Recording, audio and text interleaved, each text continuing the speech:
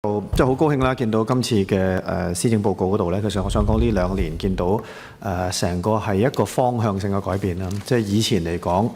醫療我哋只不過係攞幾多錢，提供幾多服務嚇，點樣提升效率。咁而家我哋真係希望打動或者推動香港有一個大生命健康嘅產業嚇。咁呢個我只不過係一個建議咧，我覺得即係其實喺呢度入邊，局長都要諗下成個一個 change management， 因為大家嘅思維過去就係攞資源提供服務。嚟緊係要打造一個新嘅產業，即係對香港好龐大嘅產業。咁呢度入邊點樣喺部門同事之間，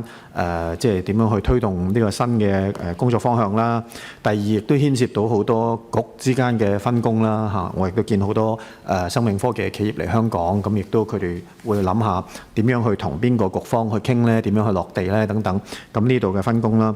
咁亦都好緊要就係好似每5年我哋有個調研報告，咁可能嗰方面嘅 KPI 或者將來嘅方向咧，啲調研報告設嘅 parameter 或者 scope 咧，可能都要改一改，因為以前可能淨係諗點樣提供醫療服務為主做個調研，咁如果而家我哋要做個產業咧，咁呢個我覺得比較建議啫，嗰度可能個 scope 要闊少少。咁關於嗰個今年施政報告嗰度咧，第一我舉腳支持嗰個第3間醫學院啦，好高興啦，希望盡快可以擺上嚟啦，因為我相信相關嘅大學，我嘅理解都做咗好多功夫，咁可以希望盡快推動。咁我有個問題呢，就係頭先阿簡慧敏議員都問咗㗎啦。咁其實呢個我都過去幾年一路推動嘅電子健康嗰個互通系統條例嗰度。咁其實幾年前都有提過，咁亦都當年有提過會立例嘅。咁而家好高興擺上嚟啦，盡快嚟立法會。咁本來我嘅問題都係簡慧敏頭先議員問過嘅，就個重要健康數據。其實點樣定義重要健康數據？我哋有冇一個即係世衛或者一個國際嘅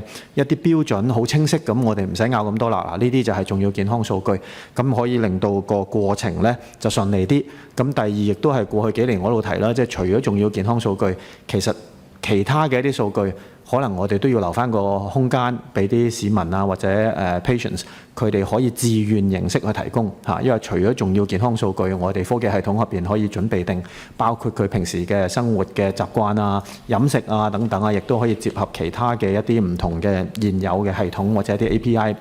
嘅形式接入，咁我哋一定要有盡量多嘅數據咧，先可以提供到呢方面嘅健康服務。咁啊，另外最後一個問題就精神健康啦，好高興見到我哋呢個醫教社協作嘅服務啦，因為過去呢2-3年確實精神健康香港醫生唔夠啦，咁啊亦都醫管局嘅壓力非常非常大啦。咁點樣喺社區尤其是學校可以做多啲功夫咧？呢個非常緊要。咁但係即係最後都係要人嘅，即係你去到社區或者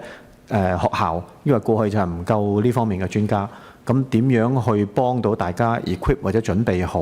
喺嗰度做分層啊、篩選啊、提早準備呢？其實就算頭先 Ronald 講，我哋叫學校做個健康報告，我相信健康報告出嚟，可能大部分學校都唔 pass 嘅，即係佢都要好多人去幫。咁變咗嗰度，我哋有冇足夠嘅資源或者人力去真係幫到學校或者社區去做好嗰個篩選同埋個預防嗰度？唔該主席。